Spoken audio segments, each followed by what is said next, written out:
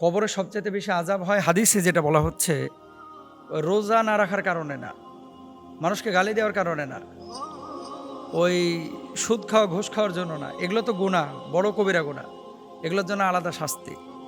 কিন্তু কবরের অধিকাংশ আযাব হয় আকসারু আযাবিল কবরি মিনাল বাউলি। আল্লাহর হাবিব সাল্লাল্লাহু আলাইহি সাল্লাম বলছেন, কবরের অধিকাংশ আযাব হয় হচ্ছে পেশাবের কারণে। ওই যে পেশাব করার পরে আপনারা অনেকে টিস্যু পেপার ব্যবহার করেন না, অনেকে তো কুলুপও নেয় না, পানিও দেয় না, ওইভাবেই কিন্তু মাশাআল্লাহ মেশিন নিয়ে দাঁড়ায় যায়, পরে পুরো প্যান্ট ট্যান একেবারে মাখায় যায়। অনেক ভাইয়েরা আছে কিন্তু এমন নাপাক, দিনে 7 বার যদি আপনি পেশাব করেন আর প্রতিবার ওঠার পরে যদি 6-7 ফোঁটা করে আপনার প্যান্টে লাগে, আপনার গা দিয়ে তো ছাগলের পচা গন্ধ বাইর হবে। এরকম অনেক মানুষ কিন্তু আছে। তো বি কেয়ারফুল। কবরের সবচেয়ে বেশি আযাব হয় কিন্তু এই পেশাবের ছিটা প্যান্টে লাগার কারণে, এটা আমরা অনেকে জানি না। তাহলে কবরের আযাব থেকে বাঁচার জন্য টিস্যু পেপার ব্যবহার করেন, ঢিলা কলপ ব্যবহার করেন।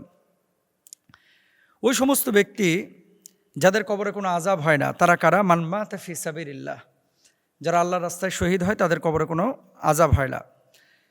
আরেকটা কথা নবীজি হাদিসের মধ্যে বলেছেন, ইন্নাল্লাহা ইয়াকবালু তাওবাতাল আবদি মা লাম ইউগরগির, নিশ্চয় আল্লাহ তাআলা তার বান্দার তওবা কবুল করেন যতক্ষণ না তার প্রাণ কণ্ঠে পৌঁছে যায়। কোনো ব্যক্তি যদি মালাকুল মাউত আসার আগে তওবা করে ফেলে, মানে মৃত্যু ফেরেশতা আসার আগে যদি তওবা করে ফেলে, আল্লাহ রাব্বুল আলামিন তাকে নিষ্পাপ করে দুনিয়া থেকে বিদায় করেন, তার কবরে আযাব হয় না। সুবহানাল্লাহ। এবং আরেকটি দোয়া আপনারা বেশি বেশি করবেন সকাল সন্ধ্যায়, আল্লাহুম্মা ইন্নী আউযু বিকা মিন আযাবিল কবর, 5 ওয়াক্ত নামাজের পরে। আল্লাহুম্মা ইন্নী আউযু বিকা মিন আযাবিল কবর, 5 ওয়াক্ত নামাজের পরে আপনারা এই দোয়াটা বেশি বেশি করবেন। এরপরে ইন্নাল কবরা আউয়ালু মানাজিলিল আখিরাহ, কবর তো হচ্ছে প্রথম স্টেপ, ধাপ, সেটা হচ্ছে আখিরাতের।